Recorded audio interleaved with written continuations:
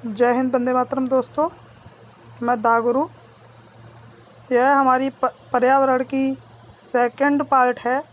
इसमें हमारे जो एनसीईआरटी कक्षा के जो भी इसमें महत्वपूर्ण टॉपिक दिए गए हैं उन सब का निचोड़ हमने गागर के सागर के रूप में इसमें लेके आए हैं आपके सामने। इससे पहले वाले पार्ट में हमने 21 पॉइंट तक हमने जो हमारा 21 पॉइंट था वहाँ तक हमने कंप्लीट कर लिया था। यह हमारा पार्ट दूसरा है। आपको यदि पार्ट पहला नहीं देखा है तो ऊपर आई लिंक में मैं अभी आपको यहाँ पे उपलब्ध करा दूँगा, और हमारे चैनल को आप सब्सक्राइब करके हमारी जो वीडियो हैं उसमें जो जो अच्छे कंटेंट आपको दिख रहे हैं वो आप अवश्य देखें। तो चलिए शुरू करते हैं अपनी एनसीईआरटी एनवायरनमेंट का दूसरा पार्ट। इसमें हमारे जो वीडियो है इसके अंत में एक यूनिक क्वेश्चन पूछते हैं। ठीक है, आप वीडियो के अंत में उसको पूछा जाता है। आप हमारी हर वीडियो के अंत में एक यूनिक क्वेश्चन देखेंगे। और चलिए शुरू करते हैं हम आज का अपना जो 21 पार्ट तक हमने देखा था। हमने एक बार दोहरा लेते हैं, देखते हुए चले। लिंगू फैन हांगकांग का एक पकवान था। टैपिकुआ हमारा जो केरल में सब्जी थी वो उगाई जाने वाली एक सब्जी थी। लुईस ब्रेल आविष्कारक थे, जो ब्रेल लिपि थी उसका उन्होंने प्रतिपादन किया था। इसमें 6 बिंदु थे। असम में जो बांस के खंभों से टिके हुए घर होते हैं, मनाली में पत्थर और लकड़ी के, राजस्थान में मोटी मोटी दीवारें और कटीली झाड़ियाँ होती हैं, जम्मू एंड कश्मीर में चाय को कहवा कहा जाता है, बल्ला में एक छोटी नाव है, हाथी के बारे में मैंने बताया था, खेजड़ी का वृक्ष जो है वह राजस्थान में पाया जाता है, इसकी दवाइयाँ वगैरह भी बनती हैं। चींटियों के बारे में भी मैंने और भी अधिकतर चीज़ें आपको बताई थी। मधुमक्खियों के बारे में अक्टूबर से दिसंबर तक का जो मधुमक्खी पालन का उपयुक्त समय है। ठीक है, कर्णम मलेश्वरी के बारे में बताया था, ये वेट लिफ्टर हैं हमारी। कचनार के फूल की सब्जी यूपी में बनती है। मधुबनी एक पेंटिंग है जो बिहार में बनाई जाती है। चावल के आटे से चित्रकारी होती है इसमें। गोबर को इसलिए लीप के बनाया जाता है क्योंकि इससे सब हमारे जो घर है उसमें कोई भी कीड़ा वगैरह ना आ सके। नीम कीकर में दीमक नहीं लगते हैं। गिजूबाई बधेका तक हो गया था। यह बच्चों के स्तर के एक मज़ेदार कहानियों के पात्र लिखते हैं ये। अब हम आते हैं हमारा 22वां पॉइंट। इसमें है हमारे पक्षियों के बारे में बताया गया है। आज की वीडियो हमारी यहाँ से शुरू होती है। एक है पक्षी कलचुड़ी, जिसे इंडियन रोबिन भी कहा जाता है। पक्षियों के बीच घोंसला, ठीक है, पत्थरों के बीच घोंसला घास से अपना बनाते हैं ये। जो कलचुड़ी का जो पक्षी होता है वह पत्थरों के बीच में घोंसला बनाता है घास से। ऊपर टहनियाँ होती हैं, जड़ें होती हैं, ऊन होती है, उसमें बाल भी होते हैं, रुई होते हैं। यह कलचड़ी नामक जो हमारा पक्षी है उसके घोंसले में पत्थर के बीच में ये घोंसला बनाता है। इसमें घास भी होती है, जड़ें होती है, टहनियाँ होती है, ऊन और बाल, यह सब इसके घोंसले में पाए जाते हैं। कौवे के घोंसले में क्या होता है, लोहे के तार पाए जाते हैं, लकड़ी की शाखाएं पाई जाती हैं, और जो कोयल है वह कौवे के घोंसले में अंडा देती है।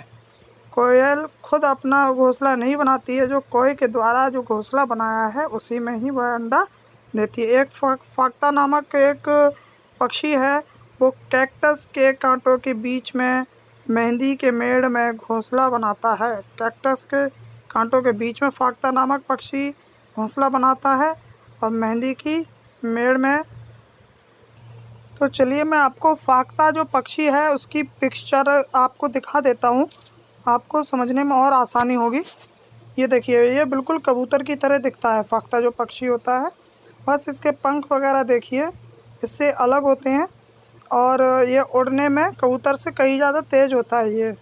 ठीक है, ये देखिए इसमें अंतर आप देखिए। इसकी गर्दन होती है जो पतली होती है और इसकी गर्दन थोड़ी मोटी होती है। पंख भी इसके थोड़े रंग बिरंगे ज़्यादा होते हैं। कबूतर के केवल स्लेटी ब्लैक में और सफ़ेद में दिखेंगे। इसमें पीलापन वगैरह भी हल्का हल्का पाया जाता है। यह फाख्ता पक्षी है। क्या ये? फाख्ता। और ये हमारा कबूतर है। ठीक है, चलिए आगे का हमारा देखते हैं टॉपिक। गौरैया। गौरैया भी अलमारी, छत और आईने के पीछे अपना घोंसला बनाती है, और कबूतर भी अलमारी, छत और जो छज्जे वगैरह होते हैं वहाँ पे अपना घोंसला बनाता है। अब आ जाते हैं हमारे बसंत गौरी। जो बसंत गौरी है पेड़ के तने में छेद बनाकर अंडे रखती है। ठीक है, पेड़ के तने में छेद बनाकर अंडे रखती है। यह हमारी बसंत गौरी का कार्य होता है। तो चलिए बसंत गौरी का चित्र भी आपको दिखा देता हूँ। देखिए ये है बसंत गौरी।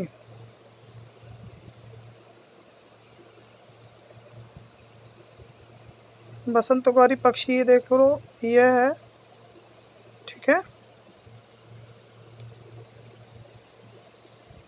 चलिए आगे का टॉपिक देखते हैं हम अपना। एक होती है दार्जिलिंग चिड़िया होती है। यह पत्तों को सीकर अंडे देने हेतु पात्र तैयार करती है। जो पत्तों को सिलकर उसमें अंडे देती है। ठीक है, एक पात्र के रूप में एक पत्तों का तैयार करती है, उसमें अपना अंडा देती है। एक आता है हमारा पक्षी शक्कर खोरा। पेड़ झाड़ियों पर लटकता हुआ घोंसला या शक्कर खोरा का ही आपने बहुत जगह देखा होगा। खजूर के पेड़ वगैरह पे यह अधिकतर आपने देखा होगा। ठीक है, इनके जो घोंसला होता है उसमें बाल, रुई, छाल, कपड़े आदि से तैयार इनका ही जो घोंसला है वही होता है। इसमें बाल, रुई, छाल, कपड़े आदि तैयार किए हुए होते हैं। ठीक है, एक होता है हमारा बीवर पक्षी। बीवर पक्षी नर बीवर अपने घोंसले बनाता है। मादा बीवर अंडे देने हेतु सही घोंसला का चुनाव करती है। ठीक है, जो नर बीवर है वह घोंसला बनाता है, और मादा बीवर चूज करती है कि हमें किस घोंसले में अंडे देने हैं, यह उसका कार्य होता है। तो चलिए नेक्स्ट टॉपिक पे, जानवर के बारे में। जो गाय है, आगे के दांत इसके नुकीले होते हैं, काटने के लिए होते हैं, और पीछे के दांत इसके चबाने के लिए होते हैं। ठीक है, बिल्ली और कुत्ता नुकीले दांत होते हैं, मांस फाड़ने के काम आते हैं। सांप होता है, उसके दांत नुकीले होते हैं परंतु वह चबाता नहीं है, सीधे निगल लेता है। अगर किसी भी चीज़ को वह खाता है सांप, तो वह उसको चबाता नहीं है, सीधे निगल लेता है। गिलहरी जो होती है उसके दांत हमेशा बढ़ते रहते हैं। आंध्र प्रदेश का पोचमपल्ली एक ज़िला है, मुक्तापुर गांव है उसमें। ज़िले में अधिकतर बुनकर परिवार रहते हैं। ठीक है, आंध्र प्रदेश में एक पोचमपल्ली ज़िला है, उसमें अधिकतर बुनकर लोग रहते हैं। खिलौने व इत्र का कार्य यहाँ पे अधिकतर किया जाता है। ठीक है, चटाई बुनाई का कार्य भी होता है, खिलौने का इत्र का भी कार्य यहाँ पे किया जाता है। बुनाई को ही यहाँ पे पोचमपल्ली बोला जाता है। पोचमपल्ली कहाँ बोला जाता है, किस लिए बोला जाता है? पोचमपल्ली एक ज़िला है, कहाँ का है? हमारा आंध्र प्रदेश का। वहाँ के बुनकर जो हैं वह खिलौने का कार्य, चटाई का कार्य और इत्र का कार्य करते हैं, और जो वहाँ के बुनाई करता होते हैं उनको पोचमपल्ली बोला जाता है। कुल्लू की एक साल होती है, मधुबनी की एक पेंटिंग होती है, असम में जो रेशम का कार्य होता है, कश्मीरी कढ़ाई का कार्य, एक कढ़ाई का कार्य यहीं पे ही होता है। चींटी के बारे में जानते हैं। चींटी सूंघकर एक दूसरे के पीछे चलती है, मैंने बताया था। मच्छर जो है पैरों की गंध व शरीर की गर्मियों से हमें ढूंढते हैं। तभी जैसे हम कभी कभार मच्छरदानी में सो रहे होते हैं, फिर भी वह अगर हमारे पैर को, अगर हमारा मच्छरदानी पे टच हो रहा है तो वो सीधे वहीं पे ही आके हमें काटने लगते हैं। यह उनको हमारी गर्मी और गंध से उन्हें पता चल जाता है। चलिए, सांप जो है उसके बाहरी कान नहीं होते। एक और आपको बात बताऊंगा मैं, जिसके कान बाहर से हमें दिखते हैं। ठीक है, कान दिखते हैं, वह हमें वह बच्चे देते हैं। जिस किसी के कान बाहर से दिखते हों बाहरी रूप में, वह सभी प्राणी बच्चे देते हैं, और जिसके कान नहीं दिखते हैं, वह कान ना दिखें, वह अंडे देते हैं। ठीक है, याद रहेगा मुझे आशा है।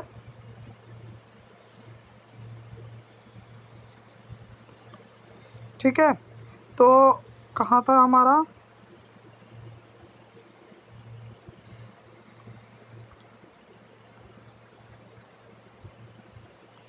सांप है, उसके बाहरी कान नहीं होते हैं। ठीक है, जिससे वो अंडे भी देता है। ठीक है, कोई भी जीव जो जिसके कान बाहर हमें नहीं दिखाई देते हैं वह अंडे देता है। ठीक, जिसके कान, जैसे मनुष्य है उसके कान दिखाई देते हैं, जानवर है कान दिखाई देते हैं, यह बच्चे देते हैं। कबूतर हुआ, ये कौवा हुए, कोयल हुए, ये सभी क्या देते हैं? अंडे देते हैं, क्योंकि इनके कान हमें नहीं दिखते हैं। ज़मीन जो कंपन करती है उससे यह महसूस कर लेते हैं, ठीक है, कि पास में कौन है, उसी के द्वारा ये अपनी प्रक्रिया चलते। एक बहुत ही ज़्यादा अच्छा टॉपिक है रेशम के कीड़े के बारे में, कि यह अपनी मादा को कई किलोमीटर दूर से, करीब 10 किलोमीटर दूर की गंध से ही अपनी फीमेल मादा को ढूंढ लेता है ना। इसकी मादा तो खोती भी नहीं होगी, है ना। कई किलोमीटर दूर से भी गंध को पहचान लेता है कि मेरी फीमेल कहाँ है। ठीक है, तो यह रेशम के कीड़े का एक स्वभाव होता है। बाघ के बारे में आपको बताते हैं। बाघ जो है अंधेरे में हमसे 6 गुना अधिक देख सकता है। ठीक है, हवा के कंपन से मूंछों के द्वारा भांपता है ये। हवा के कंपन और से इसकी मूंछों को, अब मूंछें जब हिलती हैं तो ये भांप लेता है कि ये हवा की एक झरोखा है या फिर कोई जीव इसके पास से निकला है, या इसे पता चल जाता है। लेकिन जब यह घुर्राता है तो करीब 3 किलोमीटर तक इसकी आवाज़ को सुना जा सकता है। ठीक है, बाघ के बारे में जानने के लिए हमने एक विजुअल तैयार किया है, आपको उससे समझाते हैं आपको। देखिए, बाघ जो होता है वह अंधेरे में हमसे 6 गुना ज़्यादा बेहतर देख सकता है। देखिए लिखा हुआ है, अंधेरे में हमसे 6 गुना ज़्यादा अच्छा से दिखाई देता है। ठीक है, बाघों की मूंछ, ये देखिए ये वाला पॉइंट, बाघों की मूंछें हवा में हुए कंपन से भांप लेता है और उसे शिकार की बिल्कुल सही स्थिति का पता लग जाता है। इससे वह अंधेरे में भी रास्ता ढूंढने में भी मदद मिलती है। जो इसकी मूंछें होती हैं ये आप देख रहे हैं, इसके कंपन से इसे पता चल जाता है कि किधर रास्ता है, किधर कोई शिकार आ रहा है। ठीक है, ये वाला देखिए, बाघ अपने इलाके में मूत्र करके अपनी गंध छोड़ते जाते हैं।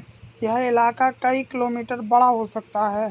एक बाघ किसी दूसरे बाघ के मूत्र की गंध को झट पहचान लेता है। फिर उस इलाके में घुसना है या नहीं, यह तो उस पर ही निर्भर करता है कि वह इस इलाके में जाए या ना जाए। ठीक है, ये देखिए, बाघ मौके के अनुसार अपनी आवाज़ बदलता रहता है। गुस्से में अपनी अलग आवाज़ निकालता है, और बाघिन को बुलाना हो तो वह अलग आवाज़ निकालता है। तो अलग आवाज़, कभी करहाना, कभी गुर्राना। बाघ का गुर्राना 3 किलोमीटर तक दूर से ही सुना जा सकता है। ठीक है, बाघ हवा से पत्तों के हिलने और शिकार के झाड़ियों में हिलने से हुई आवाज़ में अंतर भांप लेता है, कि यह पत्ते हवा से हिले हैं या फिर कोई वहाँ पे जानवर है उससे ये पत्ते हिले हैं, तो वह इसको भांप लेता है। बाघ के दोनों कान बाहर की आवाज़ इका करने के लिए अलग अलग दिशाओं में बहुत ज़्यादा घूम भी पाते हैं। यानी जो बाघ के कान हैं वह अलग अलग दिशाओं में कौन कौन सी आवाज़ें आ रही हैं उनको अलग अलग तरीके से एक ही समय में वह पहचान सकता है। ठीक है, यह बाघ के बारे में एक टॉपिक था। चलिए,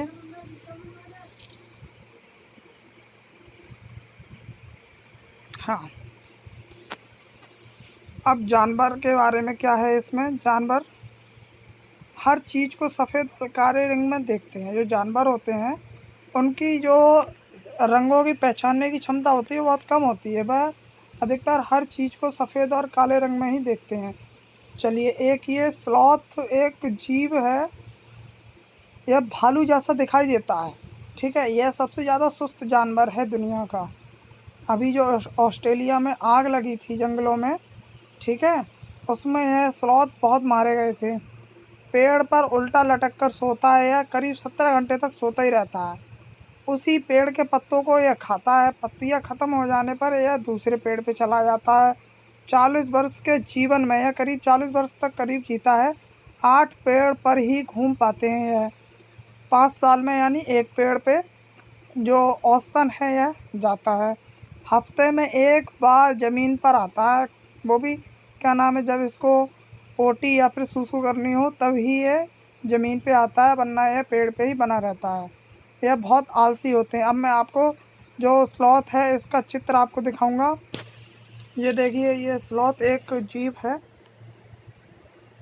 ये देखिए, ये भालू की तरह दिखता है। ये देखिए, इसके नाखून होते तो देखने में तो बहुत भयंकर लगता है, लेकिन ये बहुत ज़्यादा आलसी होता है, बहुत धीरे धीरे चल पाता है, बहुत ही ज़्यादा, है ना। ये देखिए, ठीक है, ये हमारा स्लॉथ एक जीव है। सबसे ज़्यादा आलसी जीव अगर पूछा जाए तो हमारा स्लॉथ ही है। ठीक है, चलिए, अब हमारा जो जिम कॉर्बेट आता है उसके बारे में जान लेते हैं। ये उत्तराखंड का जिम कॉर्बेट है। इसे हैली नेशनल पार्क भी कहा जाता है। यह सबसे पुराना जिम कॉर्बेट नेशनल पार्क है। ठीक है, और इसके बारे में क्या है, जो राजस्थान का भरतपुर का क्षेत्र है वहाँ पे घाना नेशनल पार्क भी है वहाँ पे, और जिम कॉर्बेट नेशनल पार्क, इन दोनों जगह पर शिकार करना बिल्कुल मना है। एक सपेरों की जाति होती है कालबेलिया। तो कालबेलिया अगर पूछ लिया जाए कि ये क्या है, तो यह एक सपेरों की जाति है। और एक ऐसा आता है नाग गुफन। क्या होता है, यह एक रंगोली है। यह सौराष्ट्र, गुजरात व दक्षिण अफ्रीका में प्रयोग की जाती है। यह रंगोली, जिसे नाग गुफन नाम से जाना जाता है। भारत में 4 प्रकार के सांप ऐसे होते हैं जो जहरीले होते हैं: नाग, करैत, दुबैया, अफाई। ठीक है, यही केवल जहरीले होते हैं, लेकिन और जो सांप होते हैं उनके डर के कारण लोगों की अधिकतर मृत्यु हो जाती है। सांप के 2 ही दांत होते हैं, इन्हीं के द्वारा जो जहर होता है हमारे शरीर में पहुंच जाता है। सांप के जहर को असर को कम करने के लिए एक सीरम तैयार की जाती है, एक दवाई तैयार की जाती है जो सांप के ही जहर से बनी होती है। जो सांप के जहर को अगर मारने के लिए जो दवा तैयार की जाती है वो सांप के ही जहर से बनी होती है। ठीक है, एक ये आ जाता है हमारा, बहुत इम्पोर्टेंट है, नेफेंथनीज पौधा। यह हमारा इस तरीके का होता है पौधा, घड़े के आकार का। ठीक है, इसके यहाँ पे एक पत्ती लगी होती है, जो कोई भी इसके पास कीट आता है वह इसको बंद कर लेता है अपने मुंह को, और वह इसी में फंसे हुए मर जाता है। अब ये देखिए, इसके बारे में, जो नेफेंथनीज पौधा है यह घड़े के जैसा आकार का होता है। ठीक है, इसको पिक्चर प्लांट भी कहते हैं। इसमें से एक स्मेल सी निकलती है, जो कीड़े इसकी तरफ आकर्षित होते हैं, और जैसे ही इसके पास आते हैं तो वह जैसे ही इसके ऊपर बैठते हैं और वह एकदम इसके मुंह को बंद कर लेता है, वह इसके अंदर ये फंस जाते हैं। अब क्या है, ये कीड़े मकोड़े व छोटे जीवों का शिकार करते हैं। मेंढक व चूहे भी इसमें फंस जाते हैं। ठीक है, चलिए, ये 31वां पॉइंट अभी छोड़िए, इसके बारे में बाद में बताऊंगा। 32वां आता है हमारा हरी मिर्ची। यह इसमें यह बताया गया है कि कौन सी चीज़ किस जगह से आई है। जो हरी मिर्ची है वो पुर्तगाल के व्यापारी से आई है। जो दक्षिण अफ्रीका से भारत आए थे वह, और पुर्तगाल के व्यापारी लेके आए थे हरी मिर्ची को। टमाटर आलू भी पुर्तगाल के व्यापारी लेके आए थे। जो कॉफ़ी है और भिंडी है वह अफ्रीका से आई थी। बंद गोभी और मटर वो यूरोप देश से आई है।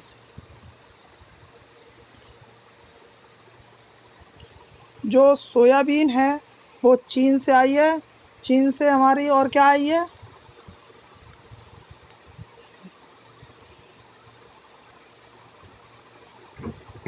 कोविड-19। ये भी कहाँ से आई है, ये भी कोरोना कहाँ से आया है, चीन से ही आया है। ठीक है, पता नहीं क्या क्या भेजता रहता है ये।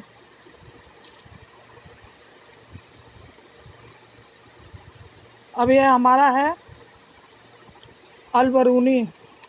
यह उज़्बेकिस्तान से आया था। इसने 1000 वर्ष पूर्व यह भारत में आया था। आज से 1000 वर्ष पूर्व 1973 को, 1000 वर्ष पूर्व पहले की बात है। 1973 में 1000 वर्ष पूर्व ये आया था। घड़सी-सर तालाब है जैसलमेर के राजा का घड़सी ने बनवाया था। एक घड़सी-सर तालाब है जो जैसलमेर के राजा ने घड़सी में ने बनवाया था। ठीक है, जैसलमेर के एक राजा हैं घड़सी, उनने बनवाया था। जैसलमेर में रहते थे ये राजा, जिसको घड़सी-सर तालाब नाम से जाना गया। अब ये आ जाते हैं हमारे मृत सागर के बारे में। दुनिया का सबसे नमकीन सागर यही है। नमकीन यानी खारा, मृत सागर। ठीक है, मृत सागर सबसे ज़्यादा यहाँ का पानी नमकीन या खारा है। 1 लीटर में करीब 300 ग्राम नमक इसमें से निकलता है। ठीक है, अत्यधिक डेंसिटी के कारण इसमें लोग डूबते नहीं हैं। ठीक है, सिनकोना वृक्ष की बात कर लेते हैं। इसके पेड़ की छाल से मलेरिया की दवाई बनाई जाती है। बहुत इम्पोर्टेंट है, पूछा जाए मलेरिया की दवाई किससे बनाई जाती है, किस पेड़ की छाल से, तो सिनकोना की वृक्ष की छाल से। अब अनीमिया के बारे में जानते हैं। हीमोग्लोबिन आयरन की कमी से होता है। ठीक है, उपाय क्या है इसका, गुड़, आंवला और हरी पत्तीदार सब्जी खाएं तो अनीमिया रोग सही हो जाता है। हीमोग्लोबिन और आयरन की कमी से अनीमिया रोग हो जाता है। अनीमिया रोग से बचने के लिए क्या करना चाहिए, हमें आयरन की पूर्ति करनी चाहिए। गुड़, आंवला और हरीदार पत्तियों में आयरन की बहुतायत पाया जाता है, इसीलिए हमें गुड़, आंवला और हरे पत्तेदार सब्जी खाने चाहिए, जैसे अनीमिया की बीमारी है। अब रोनाल्डो रॉस के बारे में बात करते हैं। एक रोनाल्डो हैं, वह एक हमारे बहुत अच्छे प्लेयर भी हैं। वो आप लोग कमेंट बॉक्स में बताएंगे किस चीज़ के प्लेयर है रोनाल्डो। जो भारतीय मूल के हैं, रोनाल्डो भारतीय मूल के हैं। इन्होंने मलेरिया मच्छर से फैलता है यह सबसे पहले बताया था। किसने, रोनाल्डो रॉस ने। ठीक है, इन्होंने सबसे पहले मलेरिया बताया था कि मच्छर से ही फैलता है। मिज़ोरम के बारे में जानते हैं। मिज़ोरम में की जो भाषा है वो मिज़ो है। रैपलिंग बहुत अच्छा एक शब्द है जिसका अर्थ होता है पहाड़ से उतरना। रैपलिंग क्या होता है हमारा, पहाड़ से उतरना। हिमालय हिमालय के बारे में जानते हैं। जिसे माउंट एवरेस्ट पर चढ़ने वाली पहली महिला कौन है हमारी, बछेंद्री पाल। ठीक है, हिमालय या माउंट एवरेस्ट पर चढ़ने वाली जो प्रथम महिला है वह है बछेंद्री पाल। संसार की 5th महिला है यह, और यह गढ़वाल के नाकुरी गांव में की रहने वाली हैं। 23 मई 1984 के दंगे भी हुए थे, है ना, तो उसी से ही। और 3 दिसंबर 1984 को एक भोपाल गैस त्रासदी भी हुई थी, मैंने पहले बताया था, जिसमें MIC मिथाइल आइसोसाइनाइड का रिसाव हुआ था, जिसमें करीब 8000 से ज़्यादा लोग मारे भी गए थे। चलिए ये देखते हैं। 3 मई 1984 के दिन 1:07 पर यह चढ़ी थी। इसकी ऊंचाई आप जानते ही हैं माउंट एवरेस्ट की। NCERT के अनुसार 900 किलोमीटर है और कहीं कहीं 8,448 भी है। 8,448 इसकी लंबाई बताई जाती है, ऊंचाई बताई जाती है, लेकिन अभी NCERT के अनुसार 8,900 है। सॉरी, ये 8,848 है। ठीक है, सॉरी गलती हो गई है। जो कहीं कहीं बताया जाता था ये 8,848 बताया गया है कि माउंट एवरेस्ट की जो ऊंचाई है वो 8,848 है। लेकिन हाल ही में जो NCERT है उसने 8,900 किलोमीटर जो हिमालय की ऊंचाई है बताई है। माउंट एवरेस्ट का नेपाली में नाम क्या है? सागर माथा नाम से जाना जाता है माउंट एवरेस्ट। गोलकोंडा का किला के बारे में जानते हैं। 1518 से 1687 तक यह बना था। कुतुब शाही सुल्तानों ने इस पर राज किया था। गोलकोंडा किले पर किसने राज किया था? कुतुब शाही सुल्तानों ने। नील आर्मस्ट्रॉन्ग कौन है? चांद पर पहुंचने वाले पहले व्यक्ति हैं। 1969 में यह पहुंचे थे और आप बताएंगे 1869 में किसका जन्म हुआ था और 1948 में ही वो मरे थे। आप हमें कमेंट बॉक्स में बताएंगे कि 1969 में एक हमारे महान व्यक्ति जन्मे थे और वह 1948 में ख़त्म हुए हैं। वो कौन है? कमेंट बॉक्स में आप बताएंगे। मुंबई के बारे में जानते हैं। मुंबई से दिल्ली जो है 1400 किलोमीटर की दूरी पे है। ठीक है, आज के लिए हम इतना ही अपना सेक्शन रखते हैं। आगे हमारी और भी वीडियो आई हैं। हिस्ट्री का भी मैंने इसी प्रकार से गागर के सागर के रूप में हमने गागर में सागर के रूप से एक वीडियो बनाई है और वह हमारी अब NCERT के द्वारा जो भी हमारे क्वेश्चन आए हुए हैं वह सब उसमें बताए गए हैं। और EVS में पर्यावरण में जो भी हमारे गत वर्षों में प्रश्न पूछे गए हैं उसकी सीरीज भी हमारी चालू हो गई है। पहला पार्ट उसका आ गया है। तो चलिए अब आज का हमारा क्वेश्चन बनता है। ठीक है, आज का हमारा जो क्वेश्चन है वह यह है कि कौन सा जीव है, ऐसा कौन सा जीव है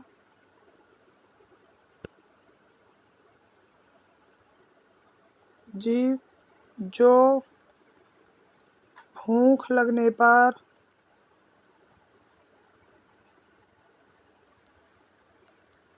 पत्थर भी खा लेता है, पत्थर भी खा लेता है। तो आप कमेंट बॉक्स में बताएंगे कि ऐसा कौन सा जीव है जिसको अगर भूख लगे तो वह पत्थर भी खा लेता है और पचा जाता है। आप यह हमारा ये आज का प्रश्न है, आप कमेंट बॉक्स में ये बताएंगे। चलिए आज के लिए इतना ही। और हमारे आई बटन पे जो हमारे जो प्रमुख वीडियो है वो आप देख सकते हैं। नीचे डिस्क्रिप्शन बॉक्स में भी आप हमारे चैनल को लाइक शेयर और कमेंट करिए, जिससे मेरा प्रोत्साहन बढ़ेगा और मैं आपके लिए नई नई वीडियो लेके आऊँगा। बहुत बहुत धन्यवाद। जय हिंद, जय भारत।